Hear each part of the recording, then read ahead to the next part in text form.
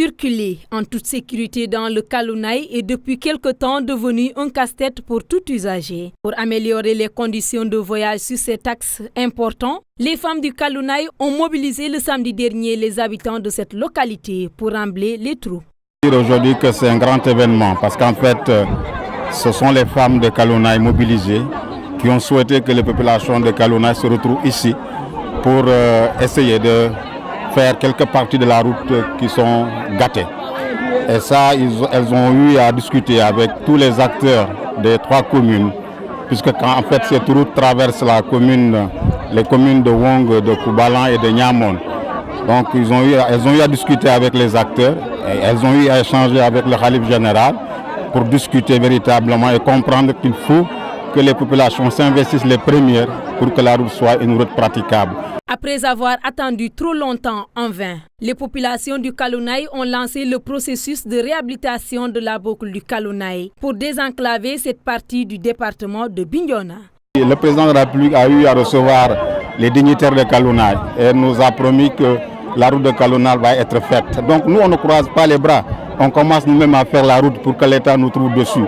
Mais nous souhaitons et nous prions que l'État fasse vite pour venir nous goudronner la route.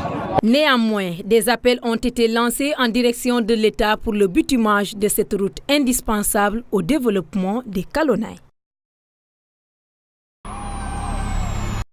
Dans le cadre d'améliorer l'exercice des attributions et des compétences des collectivités locales et le renforcement de la participation citoyenne, l'ARD a organisé un atelier régional de restitution des résultats de la mesure des performances des collectivités locales. Nous avons aujourd'hui procédé à la présentation du rapport régional d'évaluation des performances des collectivités locales après les rapports départementaux de Ziguinchor, Bignona et Oussouye.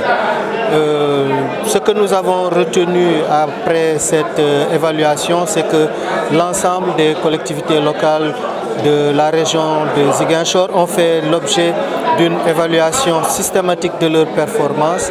Performances dans la manière dont elles satisfont l'accès aux services sociaux de base pour les populations, la manière aussi dont elles gèrent la participation citoyenne, mais aussi la manière dont elles prennent en compte l'accès des populations au développement économique local. Classée 16e l'année dernière, la collectivité locale d'Enampor a remporté la première place en devenant la commune la plus performante de l'année 2016.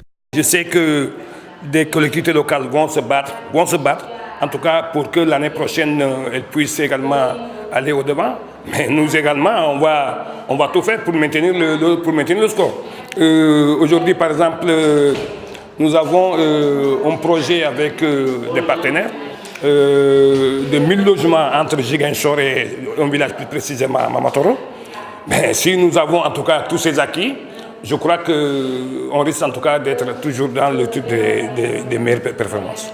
Toutefois, l'ARD a décelé quelques aspects négatifs lors de sa mission de supervision et recommande à toutes les collectivités locales de mettre en place un manuel de procédure et de produire un rapport annuel d'activité en vue d'être plus performante.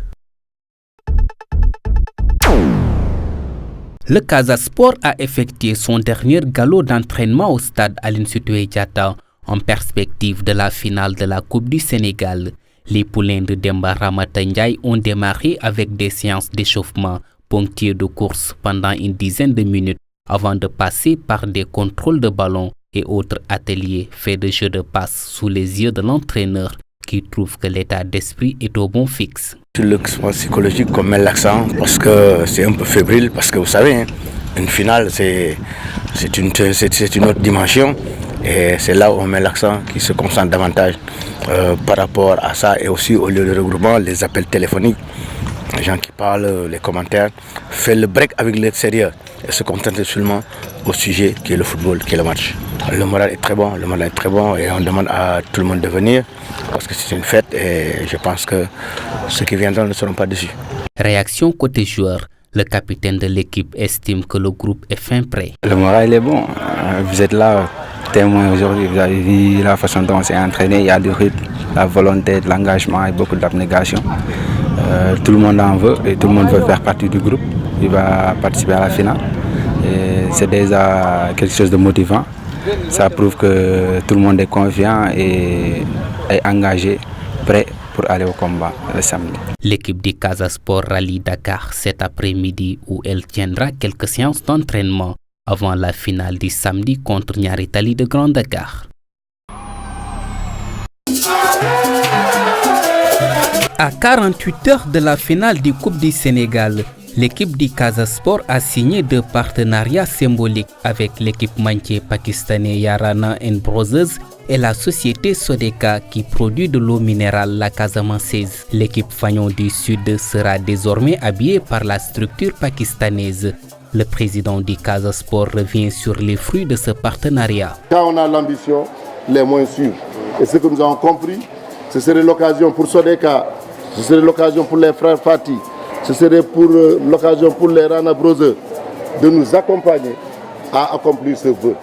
Nous voulons, monsieur le gouverneur, d'ici 2020, dans 4 ans, que ce siège-là soit inauguré et que vous soyez le premier à poser la pierre dans les mois à venir, au plus tard le mois de septembre, que monsieur le gouverneur pose cette pierre et vous allez donner naissance à ce bijou.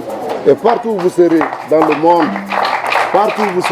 monde, vous vous rappellerez un jour, c'est grâce à vous que le siège-là est né. C'est ça l'histoire. Avec ces 2 partenaires de taille à la veille des 2 finales, voilà sans doute une autre source de motivation pour les joueurs du Casa Sport qui pourront toujours compter sur les encouragements des supporters du Allez Casa.